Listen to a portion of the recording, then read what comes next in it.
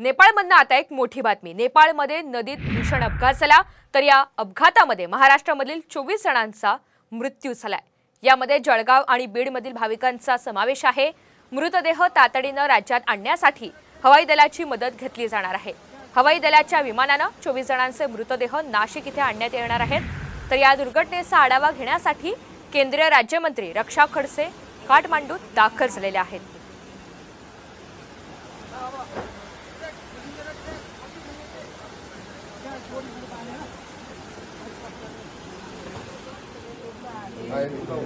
नेपाळमध्ये काल अतिशय दुर्दैवी अशी घटना घडली। काल नेपाळमध्ये या बसचा अपघात झालेला होता।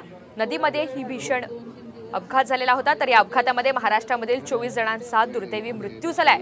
यामध्ये जळगाव आणि बीडमधील भाविकांचा समावेश आहे। मृतदेह तातडीने राज्यात आणण्यासाठी आता हवाई दलाची मदत घेतली जाणार आहे।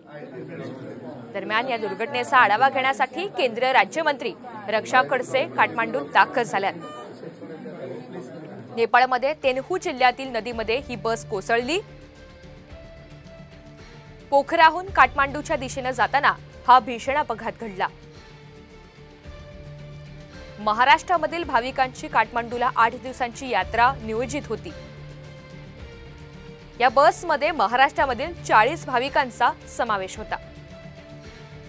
बसमधील 24 जणांचा मृत्यू झालाय।